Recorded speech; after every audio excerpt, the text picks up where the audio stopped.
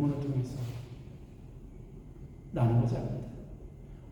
오늘 먼저 6절에서 8절 말씀입니다. 다 같이 읽겠습니다. 전제와 같이 내가 벌써 부어지고 나의 떠날 시작이 가까웠도다. 나는 선한 싸움을 싸우고 나의 달려갈 길을 마치고 믿음을 지켰으니 이제후로는 나를 위하여 의의 면류관이 예비되었으므로 주 곧 의로우신 재판장이 그날에 내게 주실 것이며 내게만 아니라 주의 나타나심을 사모하는 모든 자에게니라. 아멘. 여러분들이 잘 아시는 말씀입니다. 너무나 사랑하고 또 암송하고 있는 말씀이죠. 오늘 이 본문의 배경이 사도 바울이 죽음을 앞두고 있는 상황에서 살아가는 젊은 목회자, 그리고 오늘 저와 여러분에게 쓴 서신입니다. 두 번째 로마 감옥에 갇힌 그 사도 바울은 이제 네로 황제로부터의 죽음을 기다리는 가운데 디모데에게, 그리고 오늘 저와 여러분들에게 어떻게 이 어려운 세상 속에서, 아니 세상보다 어려운 하나님의 백성들이라고 하는 교회 공동체에서의 그 삶을 잘 살아낼 수 있을까를 고민하면서 디모데에게, 저와 여러분에게 주신 하나님의 말씀입니다. 그래서 오늘 본문이 이렇게 시작합니다. 전자와 같이 6절에 보면 내가 부어지고 나의 떠날 시간이 가까웠다. 사도 바울이 이미 죽음의 때를 알았습니다. 다 자신이 이제는 순교할 그 시간이 다가왔으면 전제로 부어지고 온전히 하나님께 바쳐질 그 시간이 되었음을 알았습니다. 그래서 자신의 삶을 고백합니다. 나는 선한 싸움을 싸우고 나의 달려갈 길을 마치고 믿음을 지켰다. 여러분들은 달려갈 길을 달려가시면서 선한 싸움을 싸우고 계시고 믿음을 지키시고 계십니까? 여러분의 마지막 때 주님 앞에 부어질 때, 주님 앞에 설 때 과연 이런 믿음의 고백이 있을 수 있을까 하는 것이죠. 저와 여러분들이 이런 고백이 있었으면 좋겠습니다. 그러기 위해서는 선한 싸움을 싸워가면서 오늘 우리가 살아가고 있는 이 공동체 안에서 사도 바울이 그랬던 거죠. 로마의 네로 황제가 무서운 것이 아니라 그들과의 싸움이 아니라 이방인들과의 싸움이 아니라 그리스도를 알지 못하는 사람들과의 싸움이 아니라 누구와의 싸움이겠습니까?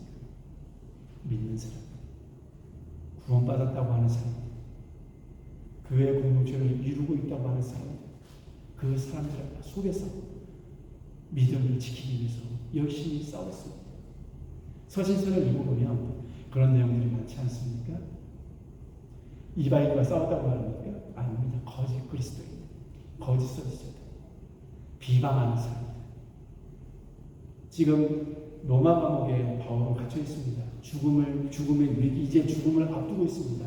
이런 가운데 이 디모데가 목회하고 있는 이 공동체 안에서 어떤 일들이 있었겠습니까? 제가 사임을 하니까 많은 말들이 있더라고요. 사임을 하고 나서 주변에서 무성한 말들이 있습니다. 뭐 양들을, 성도를 보냈다는 등, 뭐 교회에서 뭐 비리, 그 재정 비리가 있었다는 등, 뭐 이런 얘기들을 많이 하시는 것 같아요. 왜냐하면 각자 자신의 입장에서 왜 그만뒀을까를 생각하다 보니까 많은 말들이 나타나는 것이죠. 바로 바울도 그랬지 않았겠습니까? 감옥에 갇혔는데 왜 감옥에 갇혔을까? 뭔가를 잘못했을까요? 아니면 횡령했을까요? 아니면 폭행? 아니면 성추행? 이런 것들? 이런 많은 무수한 말들이 있었을 것입니다. 그런 가운데 이 바울의 갇힘을 보고 이 공동체 안에서 배신하는 사람들이 나타났습니다. 바울을 등지고 떠나갔습니다. 그리고 사명에서 그 사명을 등지고 떠나간 사람들이 많이 있었습니다. 빌립보서도 있고, 오늘 디모데 후서에서도 있고, 디모데 공동체도 있고, 이 공동체에서 바울이 감옥에 갇혔다는 소식을 듣자마자 그렇게 떠나간 사람들이 많다라는 것이죠. 그런 가운데 나는 선을 싸움했어. 나의 달려갈 길을 다 지켜. 달려가. 나는 이제 믿음을 지켰다. 그러면서 바라보는 것이 무엇입니까? 이제부로는 나를 위하여 의의 면류관이 준비된 라는 것입니다. 담대하게 말할 수 있는 것이죠. 의의 면류관이 준비되어 있다. 그러니까 내가 의의 멸류관에 준비되어 있는 그것을 바라보면서 믿음을 끝까지 지키면서 선한 싸움을 싸웠던 것처럼 너희들도 나와 같이 믿음을 지키면서 선한 싸움을 싸우는 가운데 의의 멸류관을 받을 그날을 맞이하게 될 것이다. 그러니까 뭘 하는 것입니까? 주의 나타나심은 산다라는 것입니다. 저와 여러분은 주의 나타나심 사모하고 계십니까? 그날을 사랑하고 계십니까? 그날을 바라보고 계십니까? 소망 가운데 기다리고 계십니까? 오늘 빌립보서 3장 14절에 보면 다음과 같이 말씀하고 있습니다. 네, 죄송합니다. 빌립보서가 빠졌습니다. 빌립보서 3장 14절에 보면 편대를 향하여, 제가 오래간만에 PPT 작업을 하다 보니까 빼먹었습니다. 편대를 향하여 그리스도 예수 안에 있는 예수 안에서 하나님이 위에서 부르신 부름의 상을 위하여 달려가노라라고 말씀하고 있습니다.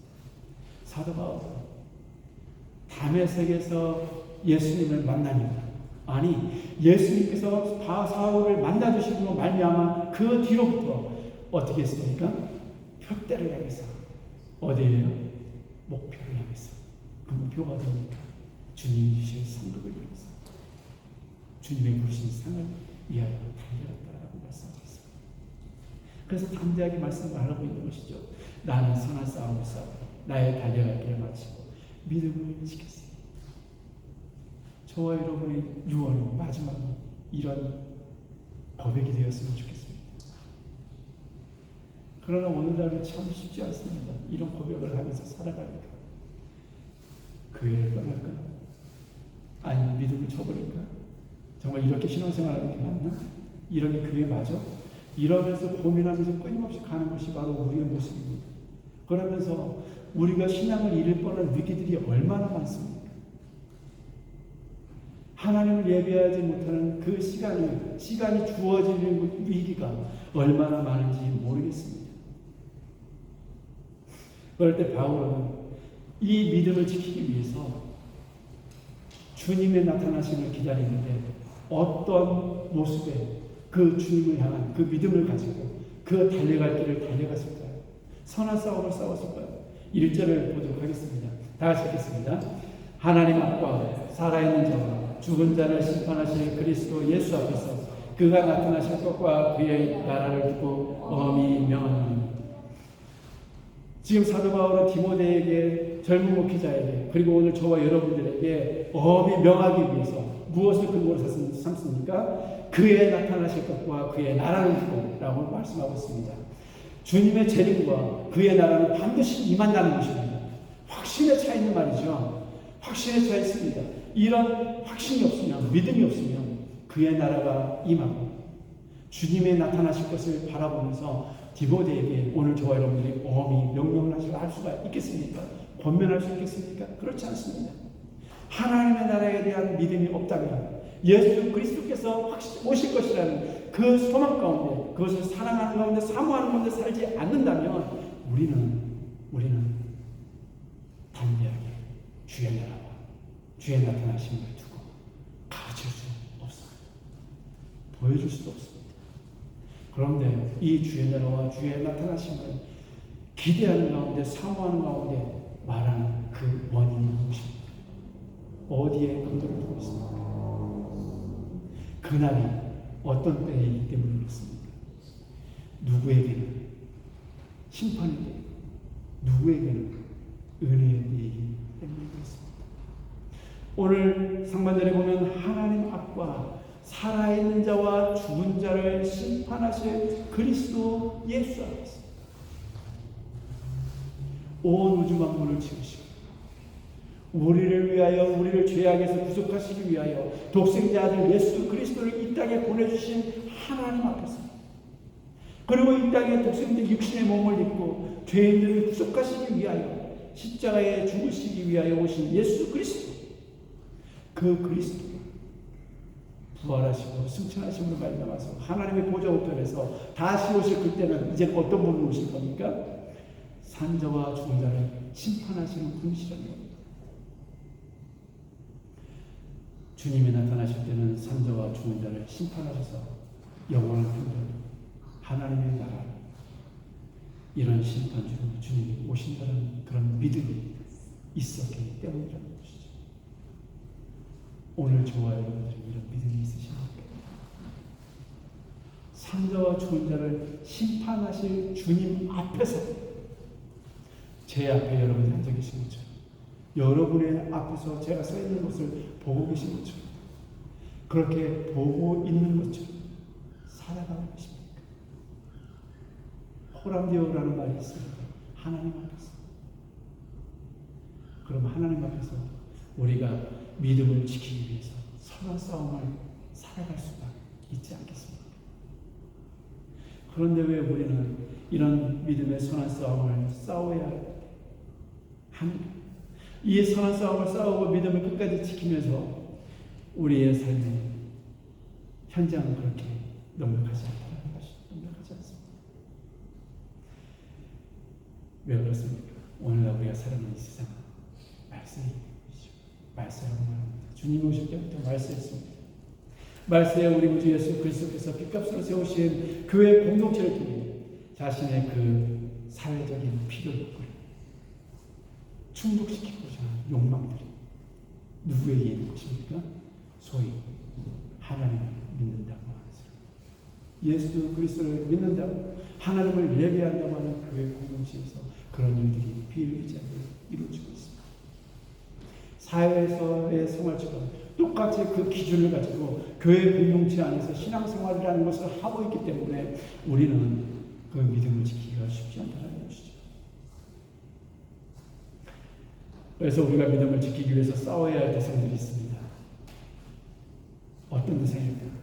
디모데후서 3장 1절에서 5절에 다음과 같이 말씀하고 있습니다. 너무나 잘 아시는 거예요. 잘 아시는데 우리의 삶 속에서 정말 이루어지지 않고 있는 부분이기도 합니다. 힘든 부분이기도 하죠.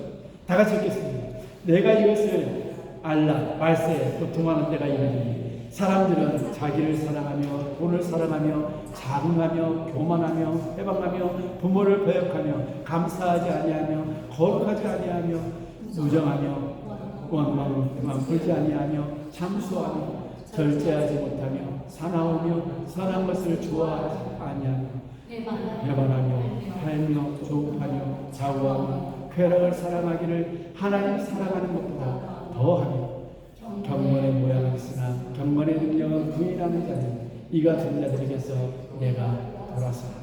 아멘.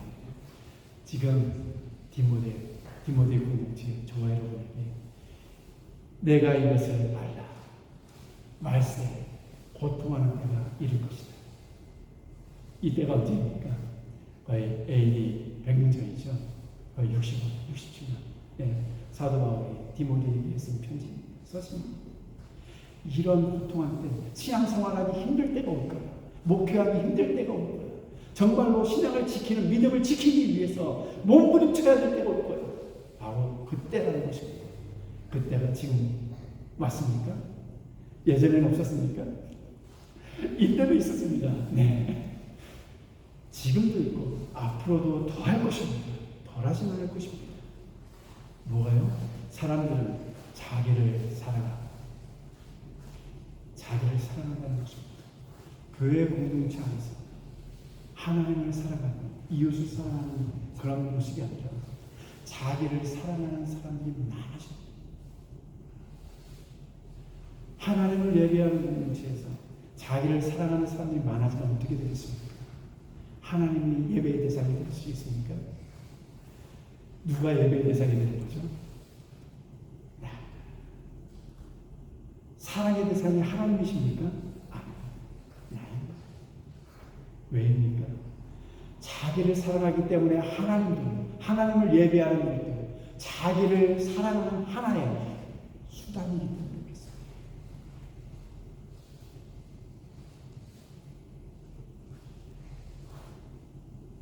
자기를 사랑하는 하나의 수단으로 예수님을 사랑하는 것, 하나님을 사랑하는 것, 하나님을 예배하는 것, 모든 것들이 다 자기를 위한 것이라. 나 오늘 하나님을 예배했어. 만족스러워. 오늘 너무나 은혜스러운 예배였어. 누가 받은 거예요, 예배를? 내가. 여러분들 안 그러십니까? 오늘 예배를 마치고 조문을 열고 나서는 순간, 아, 오늘 참 예배스러웠어. 참 별로였어. 아, 목사님 말씀 괜찮아요. 이러고 나가시지 않습니까?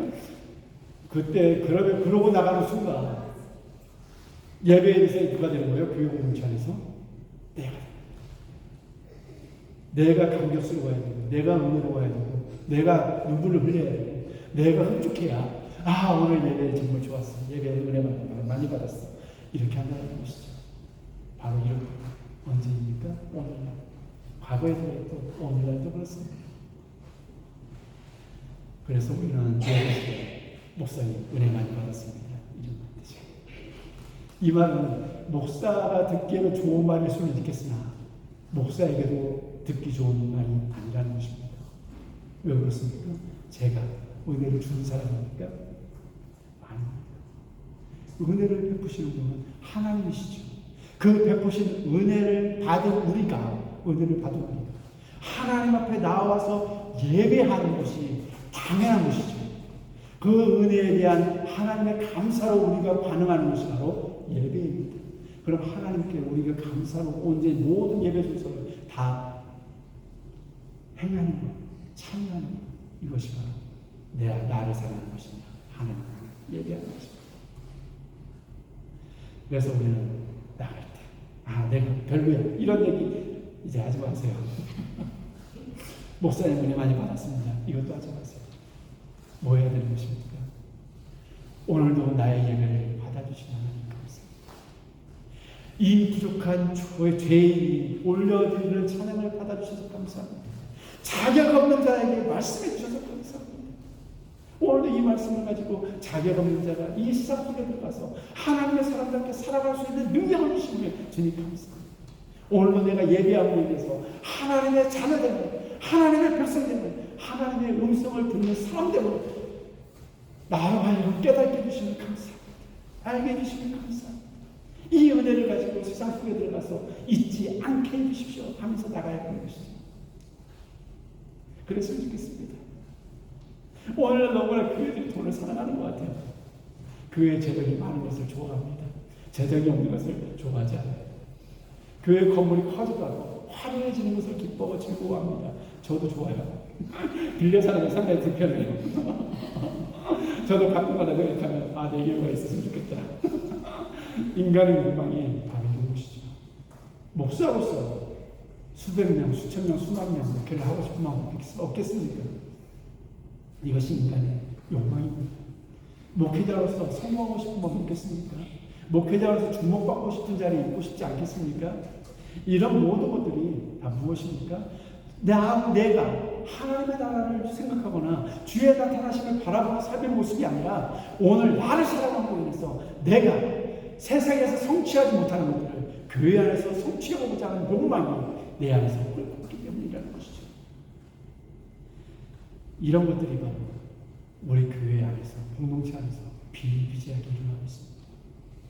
그렇기 때문에 담을 짓고 우리 끼리끼리 모이고 이렇게 모이고 서로 시기하고 질투하고 미워하고 이런 것이 교회 공동체 안에서 있는 것이죠. 그래서 마지막에 뭐라고 말씀합니까? 경건의 모양은 하지 마라. 헌금하고 찬양하고 예배하고 봉사하고 헌신하고 많이 섬기는 모양이 있는데 그 속에 뭐가 없는 것입니까? 그리스도의 능력을 부인하는 것입니다.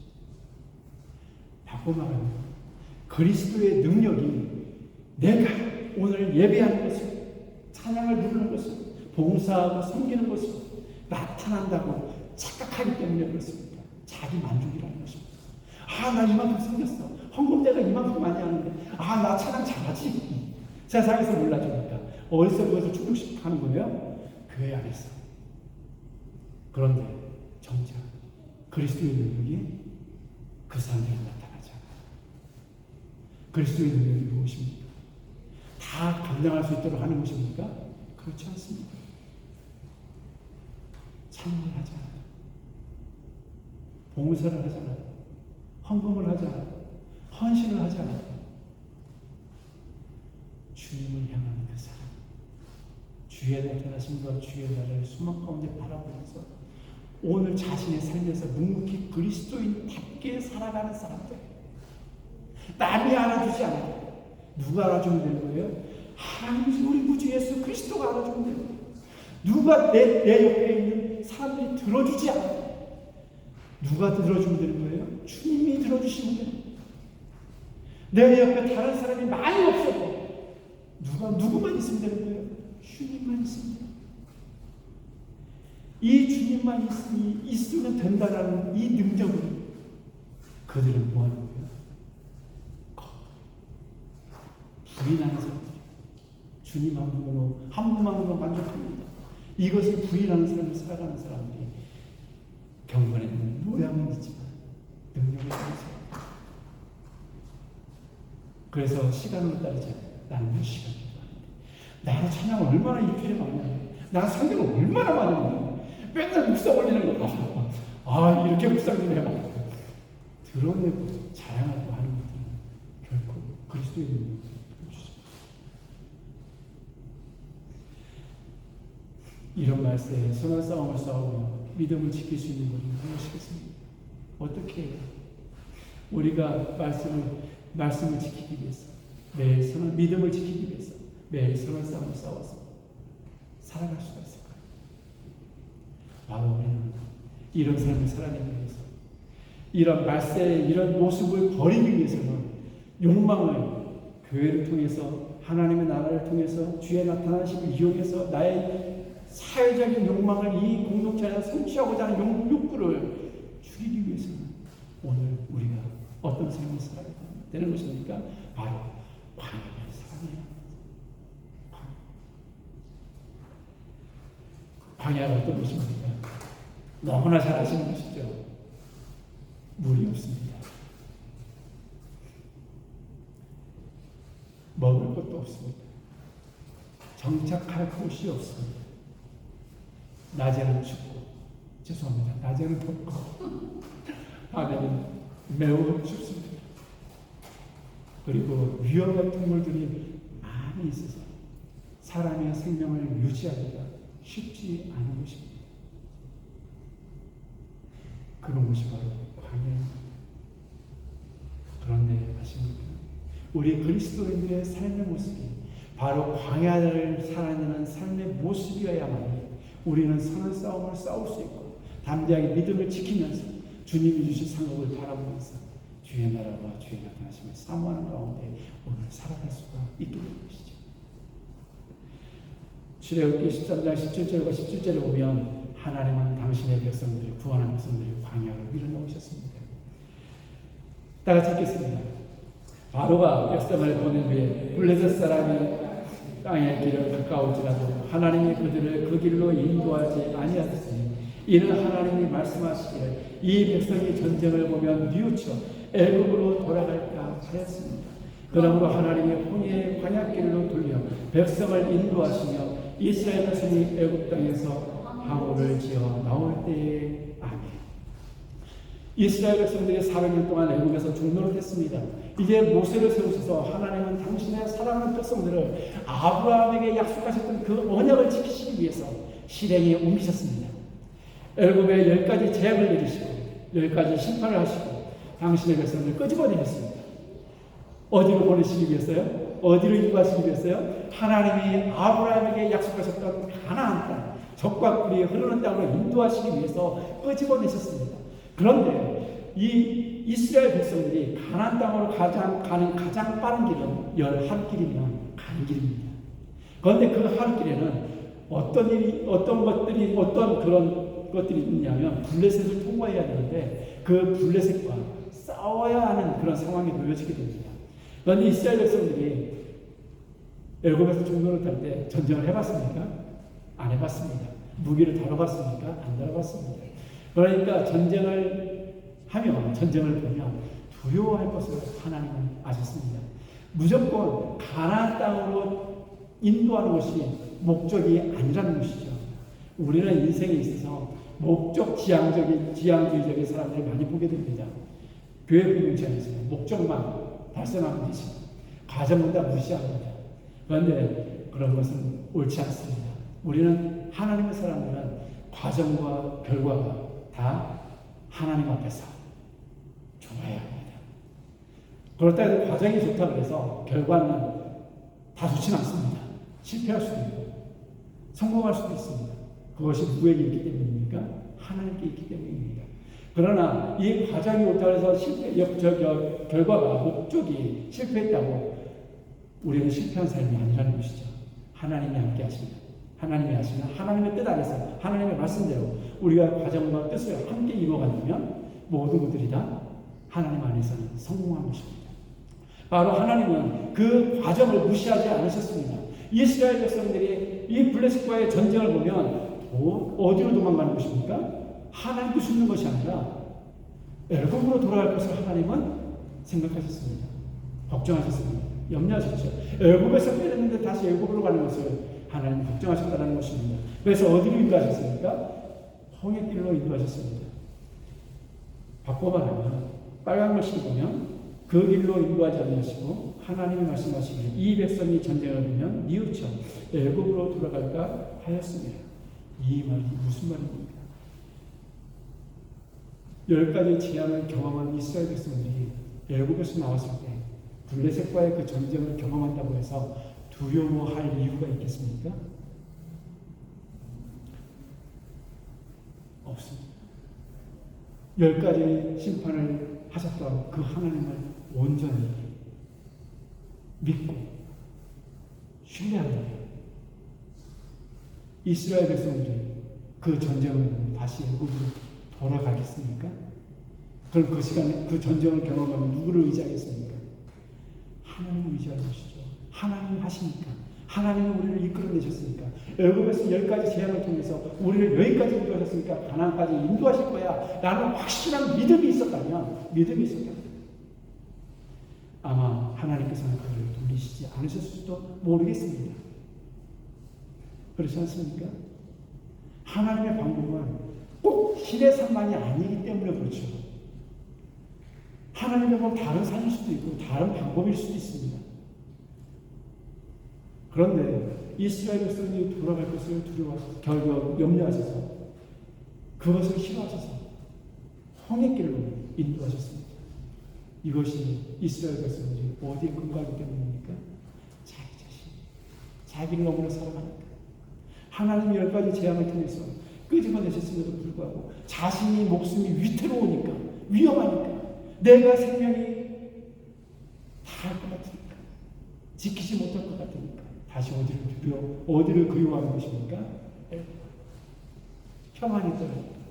그 애굽을 두려워하는 것이죠. 그런데 하나님께서는 이들을 다시 돌려서 광야로 보내셨습니다.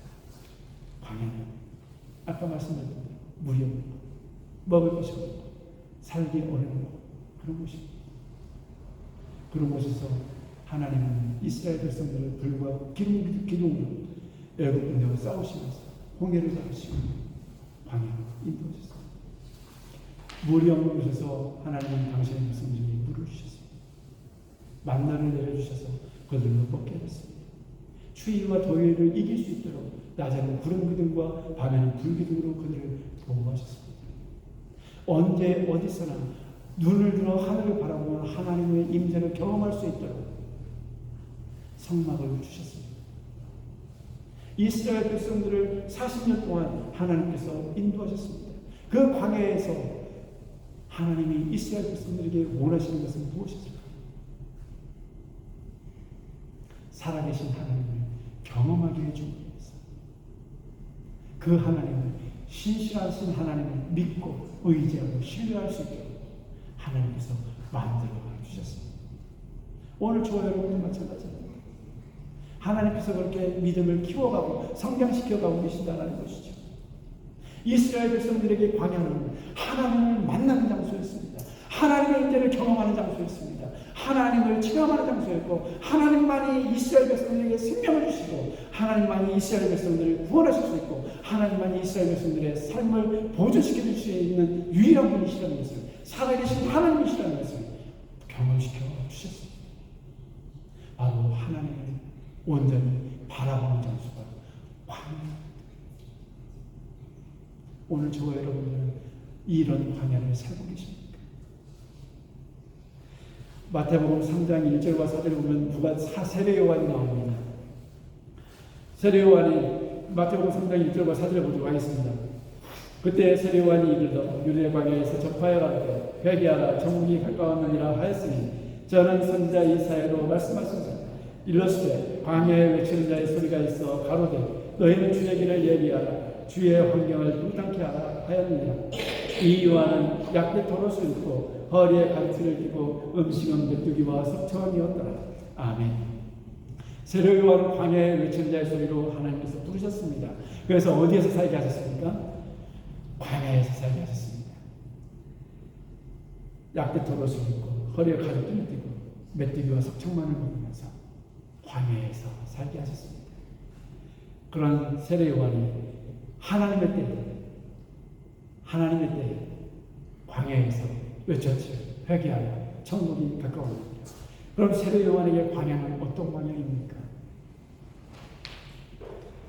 하나님만을 바라보면서 하나님의 때를 기다리는 광야입니다. 하나님이 행하실 그 시간을, 그 날을 기다리면서 온전히 하나님께 시선을 고정하고 민감하게 그 때를 알기 위해서 감각을 들어 하나님께 살아갔던 때가 바로 이 광야의 때입니다. 세례 요한이 그래서 예수 그리스도가 세례를 받으러 오시기 전에 공생을 시작하셨을 때 세례 요한이 뭐였습니까? 예수님보다 6개월 빠른 형 세례 요한이 빨리 6개월 빠르게 사역을 시작한 것이죠. 회개하라 천국이 가까웠다. 광야에 있을 때 하나님의 때를 기다리면서 하나님의 시간에 온전히 집중할 수 있는 그 장소가 광야. 세례 요한의 광야는 바로 그런 광야에 있습니다. 그럼 예수님은 어떻습니까? 예수님도 광야에서 삶을 보내셨습니다. 마태복음 4장 1절과 2절에 보면 그때 예수께서 성령에 이끌려 마귀에게 시험을 받으러 광야로 가서 40일을 밤낮으로 금식하신 후에 줄이신지라 라고 말씀하고 있습니다. 예수님은 광야에서 40일을 금식하며 지내셨습니다. 어떤 시기입니까? 인간의 몸을 입고 이 땅에 오신 예수 그리스도께서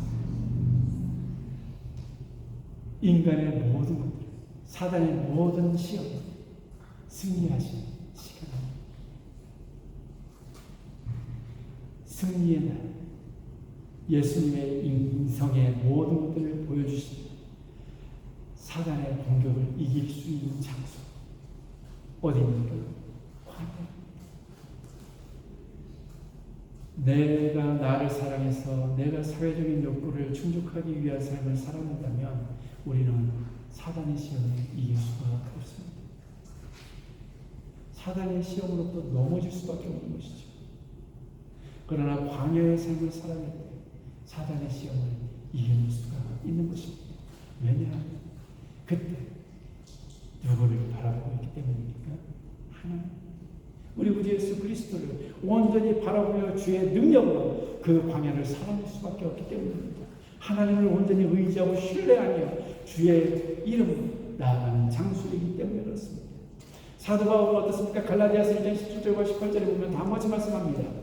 또 나보다 먼저 사도된 자들을 만나려고 예루살렘으로 가지 아니하고 아라바로 갔다가 다시 다메섹으로 돌아갔느라 그 3년 만에 내가 게바를 방문하려고 예루살렘에 올라가서 그와 함께 15일을 머무는 동안이라고 말씀하고 있습니다. 사도 바울도 다메섹 도상에서 예수 그리스도를 만남으로 인해서 시력을 잃었습니다. 그리고 아나니아를 통해서 눈을 뜨게 되죠. 그리고 나서 어디로 갔습니까? 오늘 본문에 말씀하고 있는 것처럼 아라바로 광야로 들어갔습니다. 3년을 광야에서 머무르면서 무엇을 했겠습니까? 하나님 나를 부르셨는데 왜 아무 사역도 안 시키십니까? 원망하고 지냈겠습니까? 3년 기다리는 때였습니다. 주님이 온전히 사용하실 그때를 기다리는 때였습니다. 나를 통해서 일하실 하나님의 역사를 기다리는 때였습니다. 이방인의 사도 그 일을 감당하기 위한 기다리는 시간이었습니다. 오늘 광야는 바로 이런 광야입니다. 그럼 왜 하나님께서 이렇게 우리로 하여금 광야에서 살아낼 수 있도록 살아가도록 만드시는 것입니다. 신명기 8장 2절과 3절입니다. 다 같이 읽겠습니다. 내 하나님 여호와께서 이 40년 동안에 너를 광야의 길을 걷게 하신 것을 기억하라. 이는 너를 낮추시며 너를 시험하사 내 마음이 어떠한지 그 명령을 지키는지 아니 지키는지 알려 하시니라. 너를 낮추시며 너로 줄이게 하시고 또 너도 알지 못하며 내 열조도 알지 못하던 만나를 내게 먹이신 것은 사람이 떡으로만 사는 것이 아니라 여호와의 입에서 나오는 모든 말씀으로 사는 줄을 너도 알게 하려 하심이라. 아멘. 왜 광야로 보내셨습니까?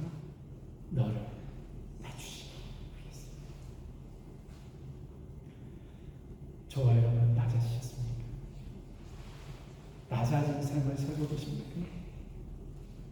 이스라엘 백성들이 어떻게 낮추셨습니까? 무엇을 낮추셨습니까? 항상 애굽을 그리워하던 그 마음을 낮추셨습니다. 하나님보다 자신들을 사랑하는 그 마음을 낮추셨습니다. 세상에서 성공하고자 하는 자살하고자 하는 그런 욕망들을 뭐 하셨습니까? 낮추셨습니다. 바로 광야는 나를 낮추는 곳. 하나님이 나를 낮추시기 위해서 보내시고 오늘날 그리스도인이 교회가 왜 높아집니까? 왜 자기 자랑하며 자기의 욕망을 충족시키는 도구를 전락시킵니까? 낮아지지 않기, 낮추는 삶을 살아내지 않기 때문입니다. 광야를 사랑하고 있지 않기 때문에 그렇습니다. 광야는 오늘 우리가 공동체 안에서 그리스도인으로서 이 세상에서 나를 낮추는 것입니다. 내 욕망을 낮추는 것입니다. 내 욕망을 죽이는 것입니다. 내가 이루고자 하는 것, 세상에서 내가 이루고자 하는 것, 갖고자 하는 것, 내가 바라고 소망하는 모든 것들을 교회 안에서 이루고자 하는 그 욕망을 낮추는 것입니다. 죽이는 것입니다.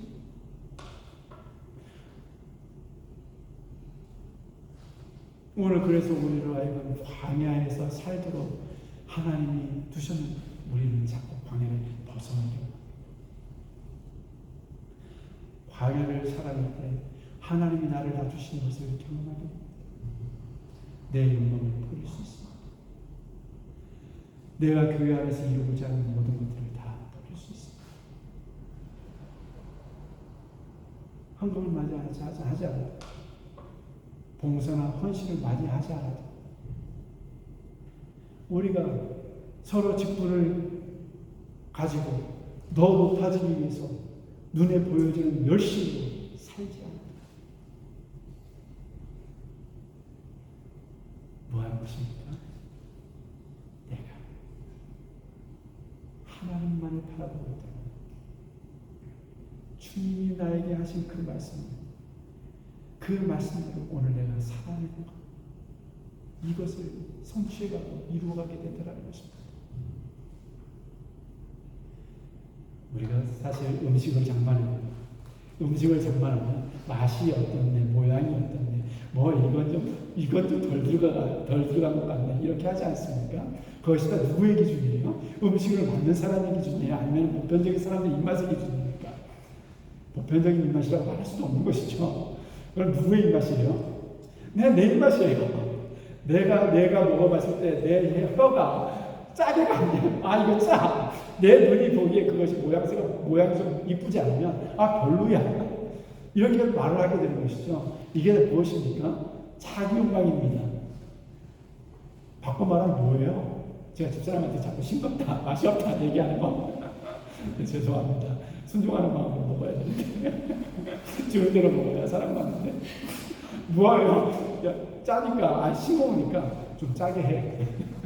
맛이 없으니까 어떻게 해달라는 거예요? 맛있게 해달라는 거죠. 누구의 기준에 맞춰달라는 거예요? 내 기준에 맞춰달라는 것이죠. 오늘 우리의 모습이 그렇습니다. 오늘 우리의 모습이 교회 안에서 찬양도 예배순도 우리 교회의 모습도 교회 인테리어도 우리가 봉사하는 거 헌신하는 것도 좀 내 눈에 보기엔 좀 별로야. 그러니까 이거 좀 바꿨으면 좋겠어. 우리는 이 모든 것들이 다 뭐가 높아져 있기 때문에 그래요? 다 내 기준이 있기 때문에 그래요. 그러니까 뭐가 안 보이는 거예요? 하나님이 안 보이는 거예요.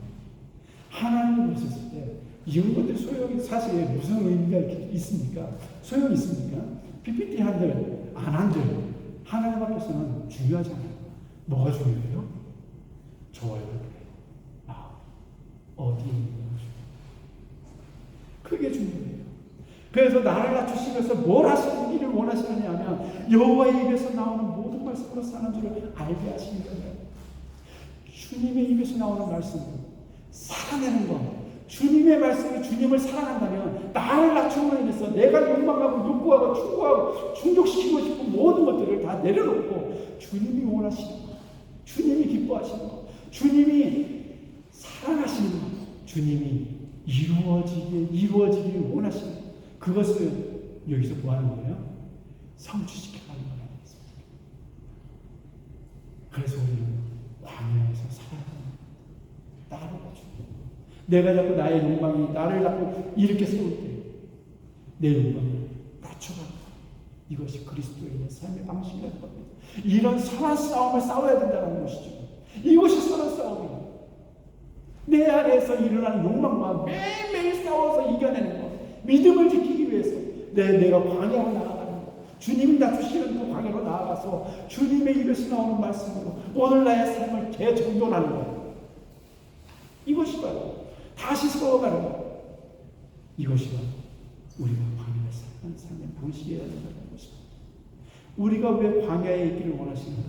바로 주님의 말씀으로 사는 줄, 하나님 아닌 다른 곳으로 살 수 없다는 것을 알게 하시는 것이라는 것.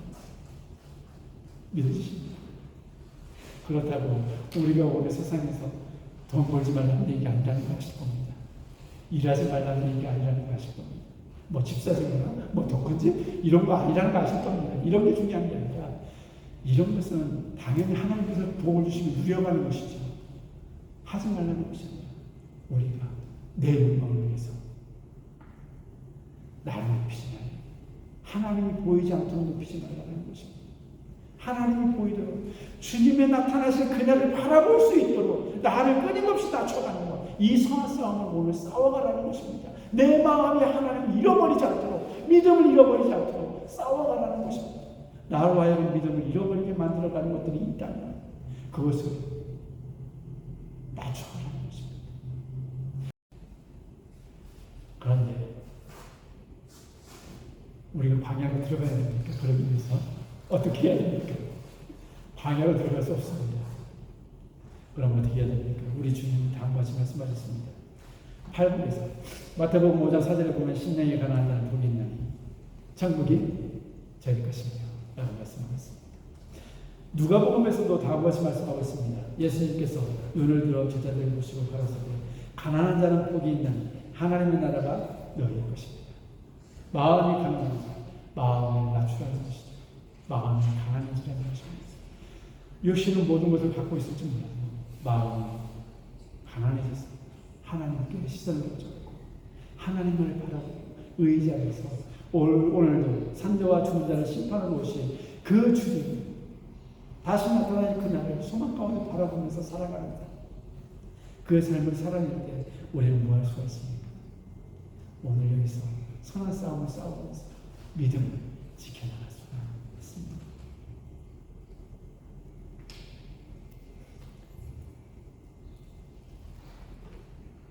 시간이 너무 많이 갔네요. 그래서 8절에 다시 한번 본문을 보면 이제 옆으로는 나를 위하여 의의 멸류관이 이미 되었으므로 죽어도 이루어진 재판장이 그날에 내게 주실 것이며 내게만 아니라 주의 나타나심을 사모하는 모든 자에게 되리라라고 말씀하셨습니다.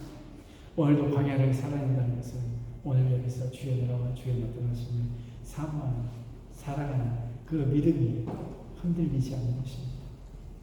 주의 나라와 주의 나타나심을 사모하지 못하도록 내 안에서 살아오는 그런 사회적으로 충족을 위한 모든 간절한 욕망들과 싸워서 믿음을 지키는 광야의 삶을 살아갑니다.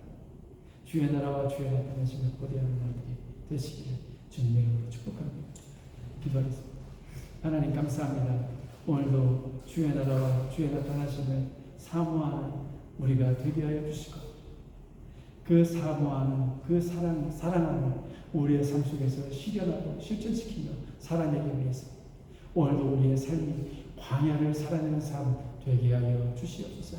언제나 우리의 능력 되시는 주님만을 의지하고 바라보며 걸어가는 믿음의 날들 되게 하여 주시고 믿음의 경주를 온전히 달려나가는 하나님의